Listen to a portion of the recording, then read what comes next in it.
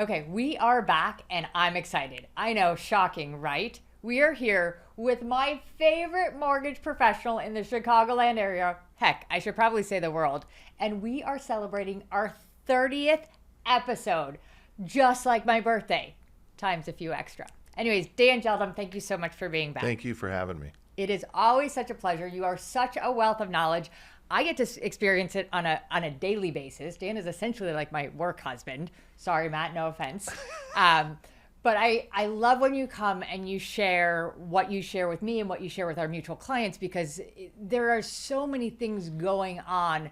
Heck, I'm not going to talk about the world today, but in our world, real estate, mortgages, everything like that, education is such an important part. Now, we are over halfway through the year. That feels very weird to say. So weird. So I want to dive in first and foremost. I'm going to go big right from the first start. What would we say has really defined the first half of 2025? Well, it's lots of stuff, right? At this point of the year, we were supposed to have lower rates, right? It was supposed to happen. Didn't happen. Hasn't happened yet. We've had a few other things going on in the world, I think. Yes. I mean, we were going to kind of leave that stuff out. But no, I mean, and really from where I sit, it's just uncertainty. We've all expected rates to be lower, but news changes every single day. Nobody really knows what's going to happen. Nobody believes what's going to happen either. I think that kind of saves us at this point. There is major shock value in what's going on in the world today. I think but now we're in that stage of something said on Monday is going to be taken back on Tuesday and it's going to be delayed on Thursday, right? So the market's kind of like, all right, whatever. We're not going to trade this anymore. We're going to wait. What I saw on my side of the track, so to say, was that the first couple of months of the year, it felt very scary, very erratic. The news were high and low and everything in between. And our buyers and sellers were very reactionary to it, right? Yeah. We had no idea what the next day was going to bring. Obviously, as we went more and more into the year, people kind of said, well, I'm getting a little bit numb to this, right? Who knows what it's going to be, but I still need housing, right? So we did see things take off, but we've struggled with some of the things that have, God, I feel like a broken record saying it. Inventory. I'm going to say it a bunch of times and wish it into the world because it's still a major issue for us here. The other thing that I'm going to put out there is the media. The media is having their way with us and they are not making it any easier because, truth be told, there are parts of the country that are struggling in their real estate markets. It's just not necessarily us. So I'm seeing a lot of really preconceived notions when people come to meet with me about what's actually going on in the market. Are you seeing that as well? Yeah, it's we've been doing this for a long time, right? So when just a couple of years. Exactly. When we saw rapid appreciation, years ago when we saw prices go up, we kind of stayed stable here. Sure. It wasn't, we were way under the average. Same thing when the housing market crashed. We didn't crash as much as other places did. And I think that's what we're seeing now. Our inventory is just flat to it's not where it needs to be. No. As we sit here, Florida, for example, crazy inventory, right? You can find a house tomorrow and close, 4 days from now kind of thing. That just doesn't happen here. And I thought you needed 8 days to get a loan done. Yes, technically 8 days. But you know what I mean. I get you. We don't have the inventory here in certain markets around the Chicagoland area. Yes, we do have a little bit more inventory, but it's still a struggle. Sure. And I think that, you probably see it now that sellers are coming out saying, you know what, I'm over this low rate that I have. We're at the point where we need to do something. For certain. Yeah. I think and we'll definitely talk about more of it as we get through it, but I think some of the reasons that sellers are finally deciding to sell, part of it is just time, right? They're expanding, they're growing, their life changes. It's one thing to kind of muscle your way through a year in a house that doesn't suit your needs. Yep. But as that year becomes 2 years, 3 years, 4 years, all of a sudden you find that you're making some concessions and compromises that prioritize quality of life, which is something everyone knows, I'm all about, let's prioritize the quality of life. The other thing that I think we saw a lot in this year is, and I think we saw a little bit of a trace of it last year, is I felt like the different markets within our market started to perform a little bit differently. The last couple of years, I'll say first and foremost, our first-time buyer market in the spring has just been insane. It's been so competitive that I've found myself talking to a lot of those clients that don't have to buy in the first half of the year and advising them, hey, we can do this, but let me talk to you about a little bit of a different strategy that takes place in the second half of the year, because that market was incredibly insane. Also with that, single family homes under million, $1.1 million, $1.2 million, that too, once again, so competitive. I had a listing this year that had, I think, 24 offers on it at one point in time. And I tell you, there were 23 groups of people that absolutely despised me in that. It was not a fun thing to be a part of. So I think that, yes, we are seeing a shift of all shifts in a time in which the world just feels ultimately very crazy, right? Yeah. There's a lot going on in the world, but I think people are prioritizing those moves if they have to. But it's not as easy. I think we are getting people that are saying, even our sellers that are saying, hey, I don't even give a rat's ass, excuse my language, about that interest rate anymore. I want a new home, but then they can't find it. Yeah. Yeah, I think you're in the first time home buyers too. Like I felt horrible for them, because if the market was like that when I was buying my first home, you'd literally kind of go, well, I'm not going to do this now. Right? Like you said you had 20 something. I think my record was I had buyers lose out, and they were 42. There were 42 offers. Ugh. And it was kind of like, as a seller, how do you even, like, as the agent, how do you even go through those? Yeah. I mean, you just start ranking them obviously by price, and then it's like, well, I don't know, like, is it anything below a certain threshold doesn't even really get discussed. Right. Thanks for playing. Yeah, and if it's over by a certain number, it's like, is it going to appraise? Like, there's a lot of things. All of that stuff. But I think, long story short or short story long, our market is continuing to move at a rapid pace. Yes, we are finding that people are buying and selling homes, but it's not easy. It's not easy at all. Obviously, there's a lot of complexities in the world. There's a lot of complexities with the agent commission discussions. But we're navigating it. We're making it through. And luckily, our clients are putting a lot of confidence in the strategies, the advice and counsel we put forth in it. Yeah, 100%. So expanding on the idea of this inventory crisis, that we're becoming old hags at it. Sorry, me, not you. How do we think the inventory has evolved in 2025? I think from where I sit, right, the inventory that's coming on, it's looking to sell right away. Sure. Right? Because you get the sellers that are just like, all right, we have to do something, so let's price it at a point where we're gonna get movement on it. Right? Sure. You're not seeing, I think the listings, at least for where our buyers are writing on, that might have been around a while, there's something wrong with it. Sure. Around a while, right? Like 100%. Anything that's priced well that sellers want to sell, it goes, right? So the inventory doesn't last long, if that makes sense. No, absolutely. When we're in a market like this where we know we are undersupplied, I always tell my clients, here is the range of what things are worth per the data. And that if you're ever going to make a mistake in terms of pricing or valuing, you want to make the mistake on the more aggressive side, because we know our ability to make it competitive is quite high.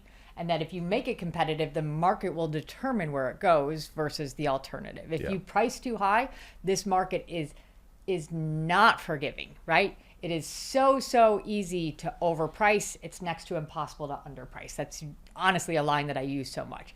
But I think the bigger questions and the bigger thought process, and I'll ask the question to you, how many pre-approvals do you feel like you're writing for buyers this year, each buyer? Way more than normal.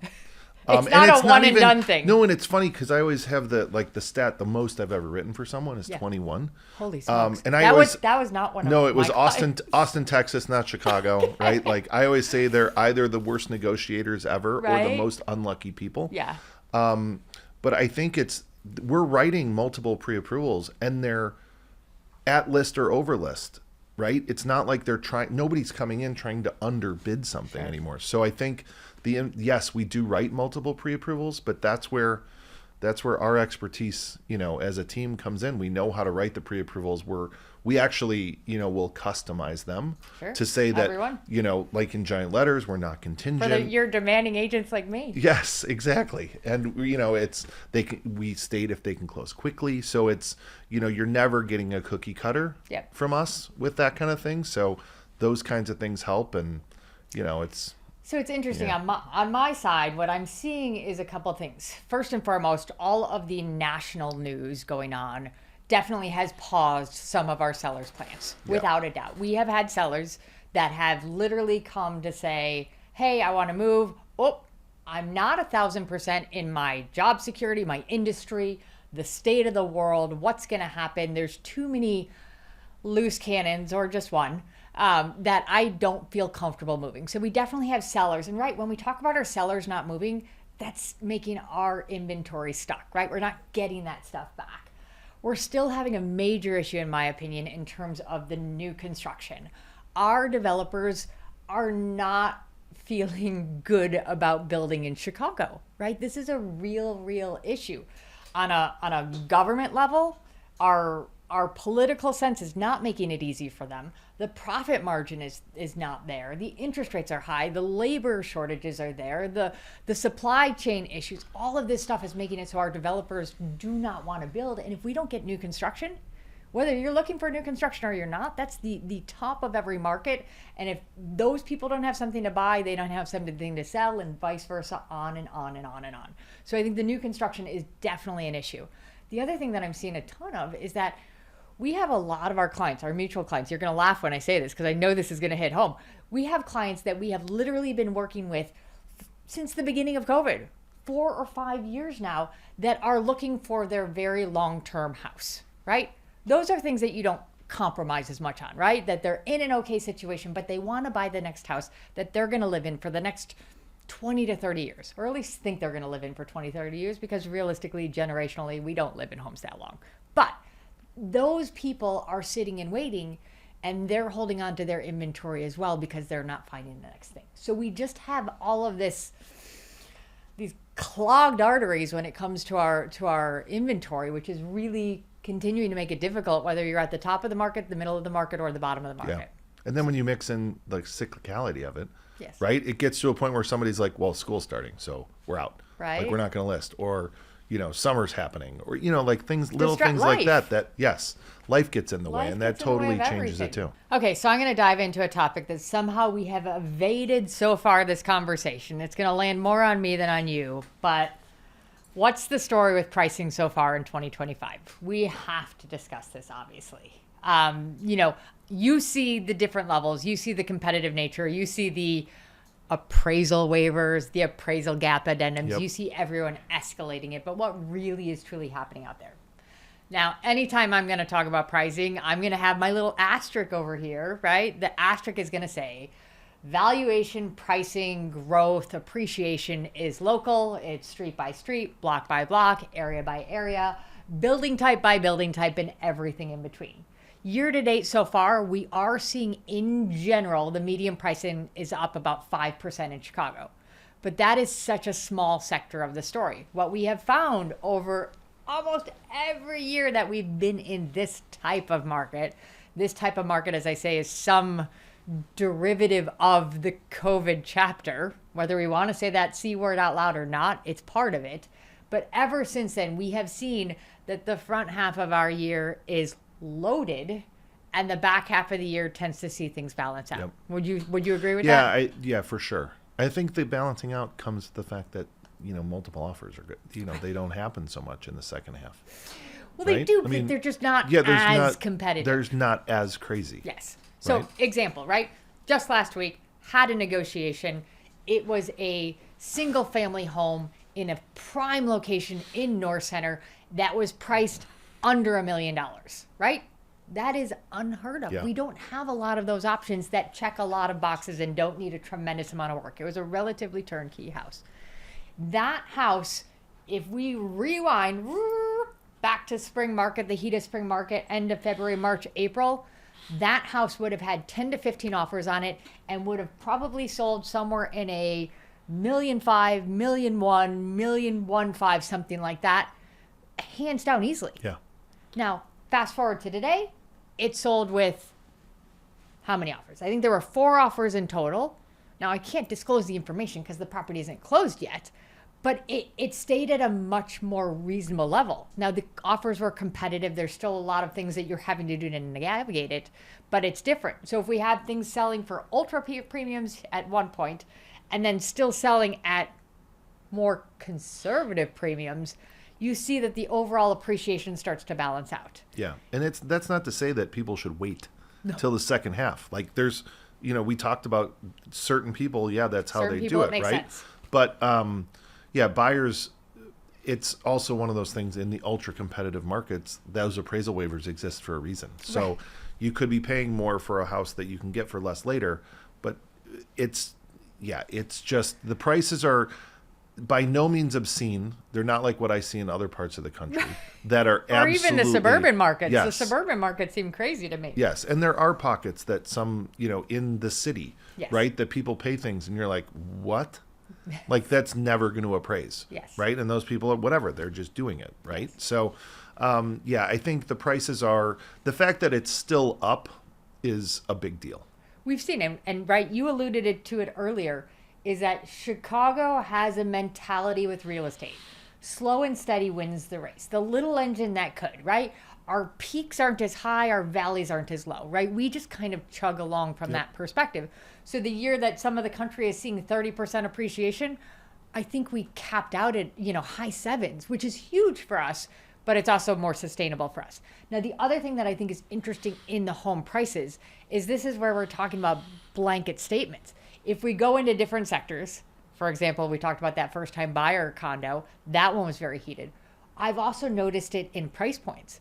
Like single-family homes, somewhere $1 million to $1.2 million or $3 million, that's another very highly competitive market. I've had clients that were in that market that found a way to financially push themselves to $1.4 million or $1.5 million because they felt like they were getting a fairly similar. They're just getting a better deal. They're getting a better deal because there's less people making that stretch. Right. So if they were trying to buy $1 million, $1.1 million house and having to pay $1.3 million, or if they're trying to buy $1.4 million house and getting it for $1.4 million or $1.45 million, that felt like they were getting enough more house for that value. And so Yes. that's where it's hard to talk about pricing on a blanket statement, right? We're committing every cardinal sin that we can. But I think the most important thing to note is that the city still is performing well. Not outrageously, but it's performing well. But we also know what we've seen in the first half. Kind of think about it like the front nine. It's not going to sustain in the back nine. Yeah. So if your golfing average is better in the front nine, you are just like our real estate market. We're going to see that things level out a little bit more before we see our total numbers year over year. Yeah, but as soon as rates come down, that totally changes. So, right. Totally, 100%. So, in other words, we know nothing about pricing other than we are sustaining, we are stable, and we are continuing to perform well. Which is what you want. I mean, think about it. What if we were recording this in Texas, right? Like, and we could My talk about. hair isn't big enough to be in Texas. Correct. I don't have shoulder pads on right now. And I don't have. And I boots, need a and lot I don't more have, makeup. I don't have boots on. But like, you can't say that in certain markets, Yes. right? Because you could speak. I mean, this could come out if you think about it. If the production time on something like this was 2 months, it could be totally. We could sound like we're. Then high. our editors are fired. Yes, but it could sound like we could sound like we're crazy people. Just kidding, Jackie. Right? We could sound like we're crazy people because we're talking about something that doesn't exist anymore. Totally, 100%. Okay, here's a question that always gets me fired up. Should buyers be waiting now? We hear it so much. Wait for the rates to go down, wait for the house to come up, wait for things to happen. Should buyers' plans be to wait right now? Just filmed a video on this earlier today about waiting. Yeah. Right? Because people are like, I'm going to wait for rates to come down. Did you call it the cost of waiting? No, I didn't. But you should. I should have. Correct. But no, it's so.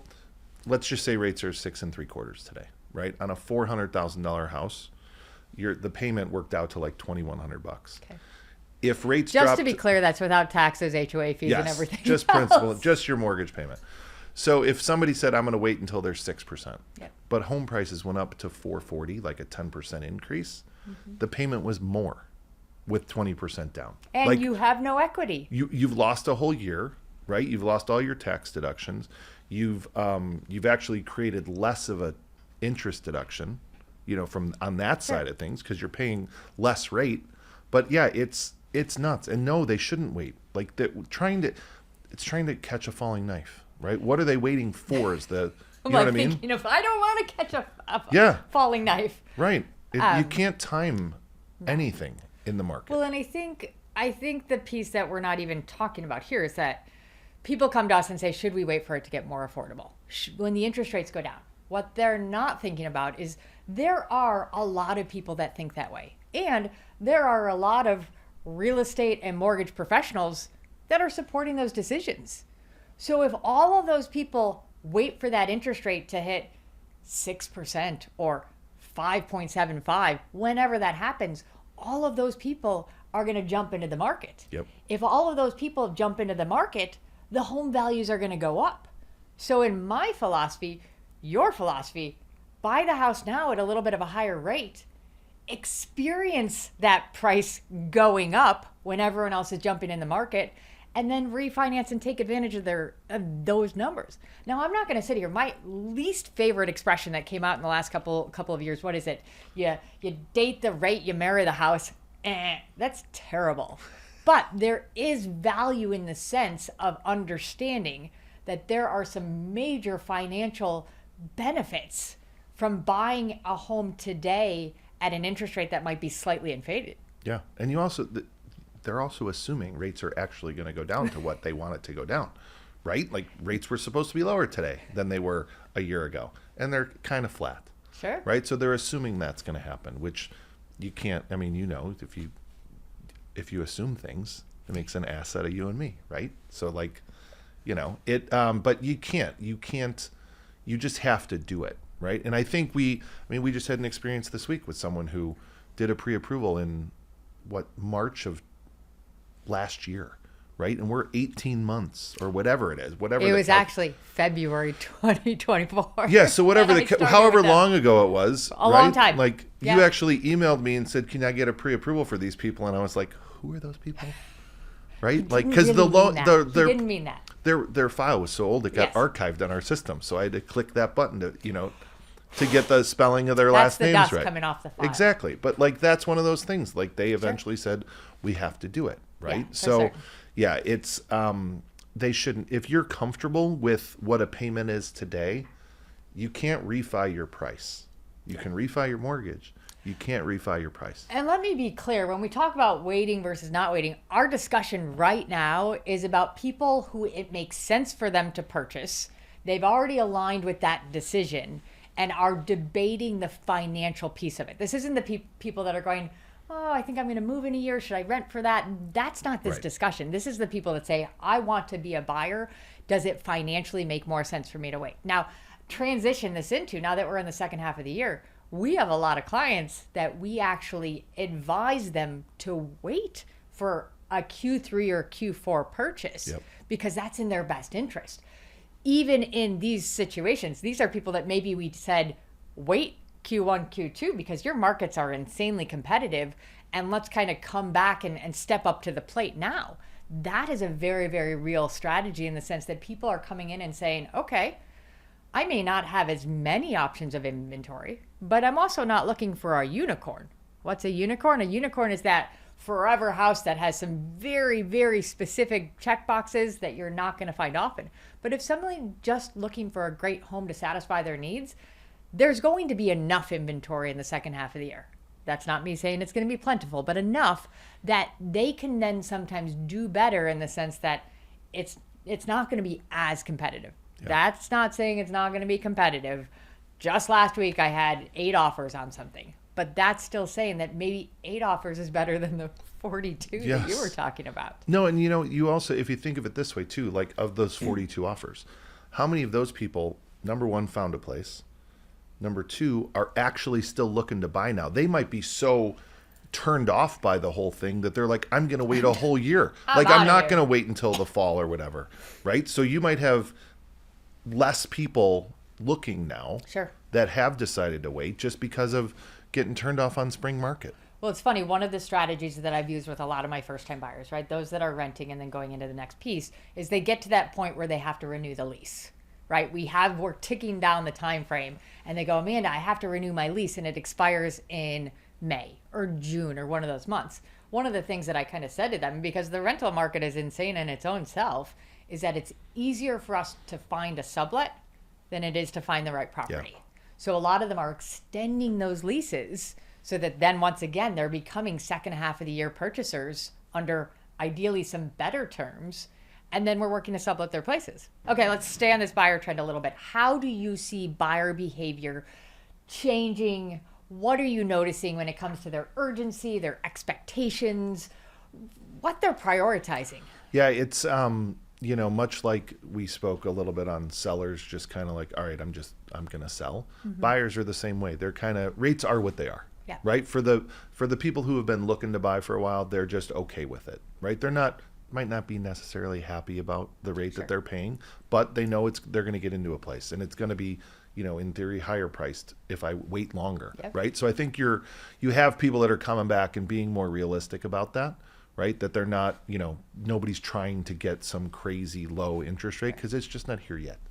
So here's a question I have for you, because what I'm noticing from a buyer behavior is that they are prioritizing turnkey more than ever, that nobody really wants to do work. Of course, nobody's an exaggeration, but most people don't want to do work. They'd rather spend a little bit more, finance that money, and have it turnkey. Like, people are very adverse, and I think part of it has to do with the cost of work and renovations right now. But are you seeing that on your side as well? Because obviously the questions come to you are, what's a construction loan? What about a HELOC? How do I finance this work? What are you seeing from that perspective? Yeah, I think a lot of buyers, those questions do come up, especially on the, hey, after we're done, can I get an equity line? Yes. Right? But yeah, you can. But number one, if you go really high, like if you really want to borrow a lot, it gets really, really, really expensive on the equity line side now. So they ask those questions and quickly determine that I'm not going to do that. Right? Yeah. It's expensive. It's very expensive. Like we have a construction equity line product that allows you to actually, like a construction loan, go future value. Yeah. But you pay, it's like credit card rates. Like, it's crazy, but it serves that purpose, right? And it gets somebody the money to do it, but it is expensive. So people come to me all the time, and I politely hand them to you to have the conversation, because you probably do it more eloquently than I do, and say, I want to buy $1 million house. If we can't find what I'm looking for, I'm okay to buy an $800,000 house that needs $200,000 worth of work. In theory, it sounds great, but the cost of that is going to be much more expensive than the $1 million house. And I think that's the piece that a lot of people struggle to understand, because in their minds, they're just going to finance all the same amount of money, but not knowing that those loan products are hard. And with the cost of renovation right now, I can't say this enough. Doing work in your home right now is very expensive. Yeah. I mean, you can't find people to do it. No, you can't find people to do it. Yeah. And the people that are there to do it, guess what? They know there's not many people to do it. So they're charging more money, right? And then the cost of everything is still higher than what it should be. I mean, I think another really great kind of topic in this is just one of the things that I think you and I have actually seen quite a bit this year is I feel like we've had more buyers that are open to both the city and the suburbs, looking in both at the same time, which is always a little bit of a bewilderment to me, because I'm either you're a city buyer or a suburban buyer. They're different lifestyles. But I've noticed this year we've got more people frustrated by the lack of inventory to kind of say whichever one is more successful, let's do it. You and I see it because we're working simultaneously with our partners in the western suburbs, with our partners in the North Shore, and all that stuff from that perspective. Have you noticed that a little bit more outside of just the stuff that we do together? Yeah, I have. And it is confusing to me because it's totally different. Right? And it's like, and even funnier, like outside of the ones we deal with, there's people who like consider the western burbs and the northern burbs. And I'm like, how that's not even close to the same. Yes. Like, it's totally different. Schools are different. Transportation is different either way. Like, it's kind of like, how did you get there? But I think it's the frustration of, I can't find anything in the city, so I'm going to try to learn, right? The other two places, or the other two areas. I've had people write offers on multiple properties in different suburbs, like opposite ends, on the same weekend, which I'm literally... We don't do that. I don't know how that how that works. That's not very ethical. Because if you both... But no, we don't do that. But that's the question. Yeah. It's like, oh my God, are you working with the right real estate agent here? Because you can't... What if they both get accepted? What do you do then? Exactly. You make up a reason to kill one of the deals? You cannot write multiple offers with the intention of canceling one, because you are perceived to have the intention of going through with them. Yes. So, But yeah, they're all over the map, but I think it's really kind of, I need to explore something I might not have been comfortable with a year ago because I can't find what I want now. I think it's very true. So we have in our office, we have a list, a whiteboard essentially, of all of our buyers that are in some level of active, right? Now, some of these have been looking since 2020, 2021, everything in between them. As I said, not everyone's needs are immediacy. Some needs are a little bit more specific. So there are things that we know that we're going to keep an eye on. And if that unicorn pops up, all hands on deck, we know how to handle that from that perspective. But I think you're right, is that first and foremost, I think some people are just exhausted by the wait. I think some people, their life needs change, and all these things in between that they're kind of saying like, okay, how do I open up the opportunities for me to see it here? And that's where we're seeing a little bit more diversity because people are getting more flexible in perhaps what they want and what they need. Yep. Okay, I think we need to show our sellers some love now. That was a lot of love for the buyers. Good, bad, or indifferent. That was a lot of love. So in terms of our sellers, I think people are funny because they think, oh, you're talking to your top mortgage guy. Why are you going to talk about sellers? People have to understand that what we do is a team from start to stop. A seller is also typically a buyer. Yep. Whether it's in Chicago or in the suburbs or across the country or everything in between, they need to know. And some of our sellers decide not to be sellers and just buy and acquire. So I think people misalign the sense that our sellers, you're talking to our mutual clients that are sellers just as regularly as you're talking to the buyers. Yeah, no, you have a seller right now who's buying a home in New York. Right? They're moving. Mm-hmm. They're going to New York, right? I'm talking to them about their New York thing because they're a buyer there, but they're also a seller for you, right? Yes. So, yeah, we talk to sellers all the time. One of the top things that they always talk about is, can I buy without selling? Mm-hmm. And yes, you can, right? And if you can put down what your intended down payment was now, great. If not, you do it later after you sell. Yes. Right? So the questions are from where we sit. Okay, if let's say I do 10% down now and I want to throw in another 20% down after I sell my house. What do? Do I need to refi? No, you don't need to refi. You can do what's called a recast, where we re-amortize your payment for you. So that's a huge part is, the do I need to sell or what happens if I buy before I sell? For certain. I think the other question that we see quite a bit is it a good time to sell? For us, it's I always say that we do real estate 12 months a year, right? I'd love to say that there's a 2-month span in which we don't, but the reality is we work 12 months a year and we will buy and sell properties with our clients for 12 months a year. That being said, there are different markets that provide different opportunities. One of the strategies that you and I have had so much success with is because some of our clients can't afford, because of just their income levels, they can't afford to buy without selling. Right. And that's a very, very tough position to be in today's marketplace because of how competitive it is. So a lot of times we're putting homes on the market, then we're trying to secure them. It feels like a convoluted game of chess that luckily we win in the end, but it's hard. It's very hard. So one of the things that we do quite often is that understanding for our buyers that are stepping up on the real estate ladder, right? They're going to that next tier, that next larger home, whatever the case may be. A lot of times we look once again to the second half of the year. The reality is if you're buying and selling and you have a foot in each pool, you almost kind of wash the differential between the markets. If you're selling at a premium, you're paying an absolute premium. There's no disconnect on that. If you're buying a home that's not as competitive, you're also not selling at the number that's quite as competitive. I always say there's one time of year where I think you might be able to have a shot at having your cake and eat it too.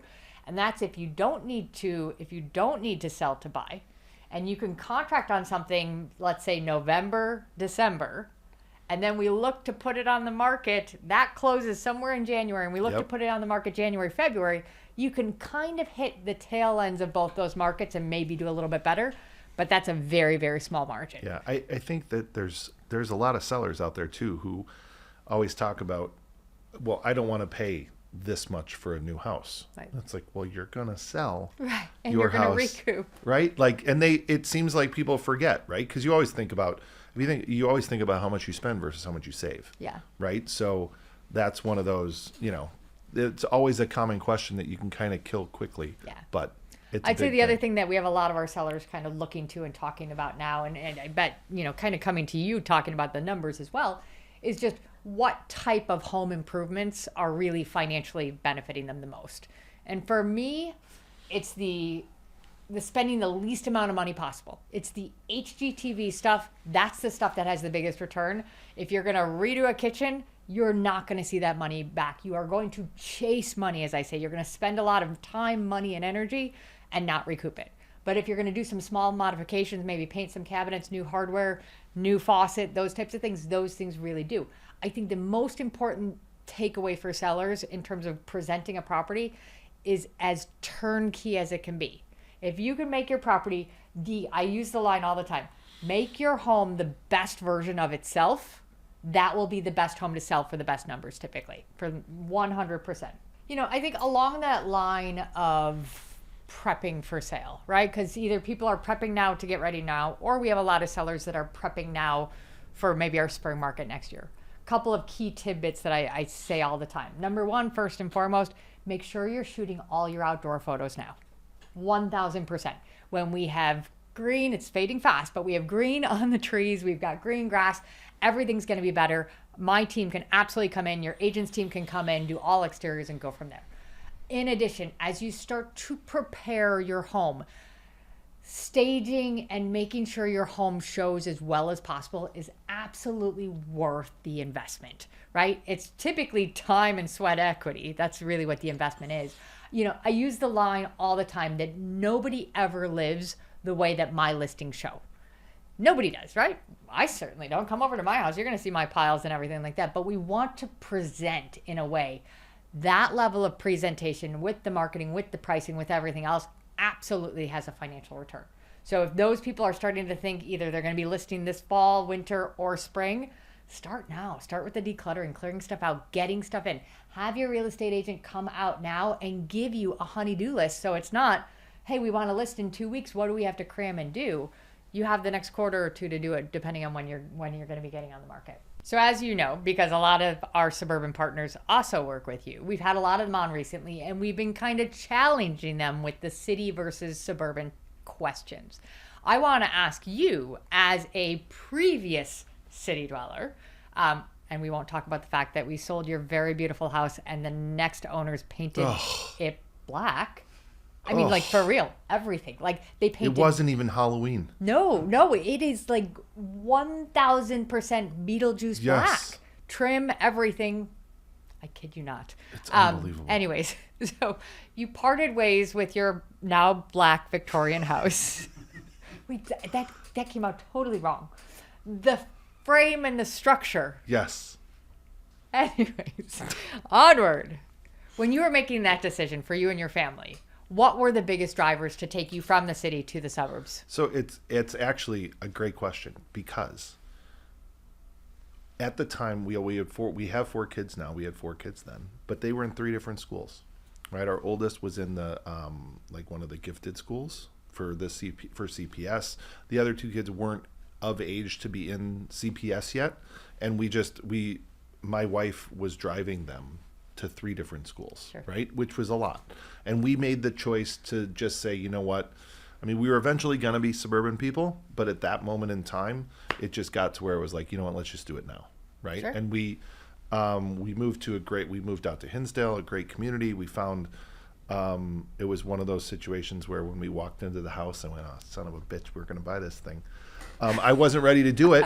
We walked in and it was your aha moment. It had great bones, and my wife loves a good renovation, and it was like, oh no. Here we go again, honey. We're doing it again. So, and it just hit, right? And we didn't even want to we didn't plan on living in Hinsdale. We were going to move to like a LaGrange, sure, or Western Springs. And my wife's mom lives in Downers Grove, and we had to drive from LaGrange through Hinsdale to Downers Grove, and we went, wow, this is pretty nice. Let's look around, and walked into a house that was the right price point at the time, and we said, it's not the house we bought, but we went in and said, well, we didn't think we could do this here. So that's how we found it, right? And it was just, and it fit, and it was the perfect time because all of the, 3 of the 4 kids were going to be in the same elementary school. Like it crossed off a bunch of the boxes. And as I said to both Brian Baumova and Connie Dornan, there are certain things that are absolutely easier to navigate in the suburbs. Yes. 100%. I'll agree with that. Yeah, and I mean, we loved the city. Like, absolutely loved it. We never would have left if the schools would have, like, if they all could get into the oldest school, or the oldest would go to school with all the others, like, that would have been probably different. But, yeah, and it fit. And it does make it easier for some situations. That's a really polite way of saying that one of your children was very bright and the other you were still I didn't say a bad word about anybody. Or a great word Our about two anybody. we sometimes wonder about. All kids we are know different. which one is going to take care of us when we're older. All kids are different, and all kids are wonderful. And we love them all. Equally. Awesome. Well, Dan, it is always such a pleasure to have you here. I am honored to have you as a friend, as a work husband, as a mortgage consultant. I can't thank you enough. No, and thank you for having me, and it's nice to be in a different setting. We didn't even say that. Like, this is at our office. Right? This new setup today is at our offices. So, yeah, we're glad to have you here. Until next time, Chicago.